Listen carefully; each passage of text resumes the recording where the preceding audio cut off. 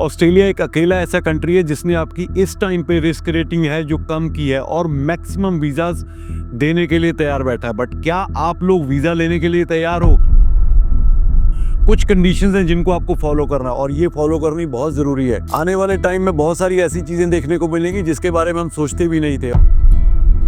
वही चीज़ें हो रही हैं जिनका मुझे डर था और बार बार बोलने के बावजूद भी लोगों को ये चीज़ समझ में नहीं आ रही कि इंटेग्रिटी कितनी इंपॉर्टेंट है ऑस्ट्रेलिया में स्टडी वीज़ा फाइल करते हुए। जूनियर इमिग्रेशन मिनिस्टर के साथ बात करके जो चीज़ें पता चली और वही चीज़ें अब धीरे धीरे रिफ्लेक्ट होनी शुरू हो गई हैं।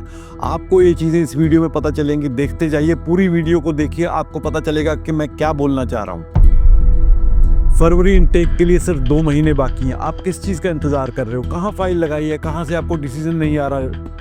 वो पूरी एफर्ट नहीं हो पा रही जिसकी ज़रूरत है। क्या आपको जल्दी जीटी करवाना है? क्या आपको जल्दी ऑफर चाहिए? तो इस वीडियो को भी देखिए और हमारे साथ जुड़े रहिए।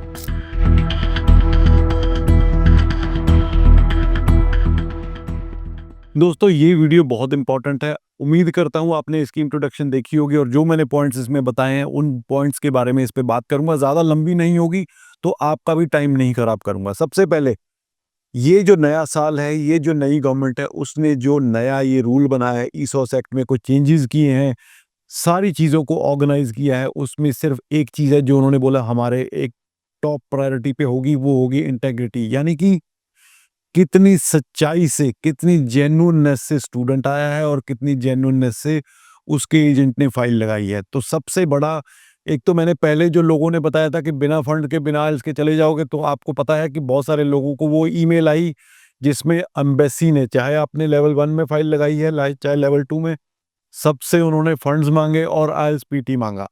दूसरी एक और मेल हमें आई परसों जिसमें उन्होंने बोला कि हमें बच्चे की मदर के जो सिग्नेचर्स हैं, जो उसके पैन पे और उसकी फाइल एप्लीकेशन फॉर्म पे जो सिग्नेचर है उसमें कुछ थोड़ा बहुत चेंज लग रहा है, तो हमें क्लियर पैन कार्ड की कॉपी भेजो। ये मुझे आई है और हमने उनको भेजी। आप ये आपको दिखा रहा हूँ, आपको नजर आ गया होगा, ये मेल आई हुई है। तो ये कहना क्या चाहते हैं, और आपने ये भी देखा होगा कि बहुत सारी फाइलों के डिसीजन इस टाइम पे स्लो हैं। वो इसीलिए हैं कि वो अब सिर्फ एक चीज के ऊपर उनका ध्यान है, वो ये है कि इंटेग्रिटी, क्या आपकी फाइल जेन्युइन तरीके से लगी है? क्या आप एक जेन्युइन स्टूडेंट हो? क्या आपके एजेंट ने तो नहीं कुछ उस पे कर दिया आगे? तो इन चीजों का बहुत ध्यान रखना, क्योंकि छोटी सी गलती भी आपके करियर को खराब कर सकती है। पहली बात। दूसरी बात, ऑस्ट्रेलिया एक ऐसा कंट्री है इस टाइम पे जिन्होंने आपके कंट्री की रिस्क रेटिंग को कम किया है, जबकि बाकी हर कंट्री में आप देखिए आपकी रिस्क रेटिंग हाई है।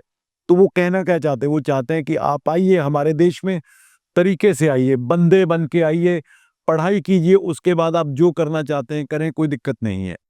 तो ये हमें, अब हमारी रिस्पॉन्सिबिलिटी है कि हम जेन्युइन तरीके से वहां पे पढ़ने जाएं। पढ़ने के बाद जो पोस्ट ग्रेजुएट वर्क परमिट है, मैक्सिमम 5 साल तक के लिए दे रहे हैं। किसी भी कंट्री में इतना लंबा पोस्ट ग्रेजुएट वर्क परमिट नहीं मिलता इंटरनेशनल स्टूडेंट्स को। पार्ट टाइम जॉब में आप यकीन मानिए स्टूडेंट्स इतने पैसे कमा रहे हैं कि मैंने कई कंट्रीज में फुल टाइम जॉब में लोगों को इतने पैसे कमाते नहीं देखा। बट इसका मतलब ये नहीं है कि जाते ही बच्चों को बोल दो कि भाई पढ़ाई साइड पे रखो और जाके काम करना शुरू कर दो। मेरे ऐसे कई क्लाइंट्स हैं, स्टूडेंट्स हैं, जिनके इवन पेरेंट्स भी अब बोल रहे हैं कि बच्चों को चेंज करो। बट करना मत, मैं आपको बार बार बोल रहा हूँ। आप अभी क्विक मनी कमाने के चक्कर में आपके बच्चे की टीआर नहीं होगी, पोस्ट ग्रेजुएट वर्क परमिट नहीं मिलेगा, और अगर बाई चांस बीच में कहीं पे आने की जरूरत पड़ गई तो वापस वो जाने नहीं देंगे। तो इस बात को ध्यान में रखना। नेक्स्ट मेरा पॉइंट ये है कि अभी फेब्रुअरी इनटेक को सिर्फ 1.5 महीना, या इफेक्टिवली अगर मैं छुट्टियां हटा दूं 1.5 महीना रह गया है। क्या आप चाहते हो फेब्रुअरी इनटेक में जाना? और अगर आप चाहते हो और आपका सब कुछ बड़ी स्मूथली बहुत जल्दी से हो जाए, तो आपको जुपिटर कंसल्टेंट्स को कॉल करना है। कहीं से भी कॉल करिए, कहीं से भी आप फाइल प्रोसेस करवा सकते हैं, आपको आने की जरूरत नहीं है। तो आप जरूर मेरी बातों का ध्यान कीजिए और इस वीडियो को ज्यादा से ज्यादा शेयर कीजिए, ताकि और लोगों को भी पता चले कि ऐसे अनजेन्युइन तरीके से फाइल लगाने से आपकी जो प्रोफाइल है, आपका जो फ्यूचर है, वो खतरे में आ सकता है। और ऑस्ट्रेलिया एक ऐसा कंट्री है, एक बार रिफ्यूज हो गए तो दोबारा आपकी फाइल एक्सेप्ट करने के लिए कोई भी राजी नहीं होगा। तो उम्मीद करता हूँ आपको ये वीडियो पसंद आई होगी। जरूर शेयर कीजिए, सब्सक्राइब कीजिए हमारे चैनल को, और लाइक करते रहिए। Thank you so much.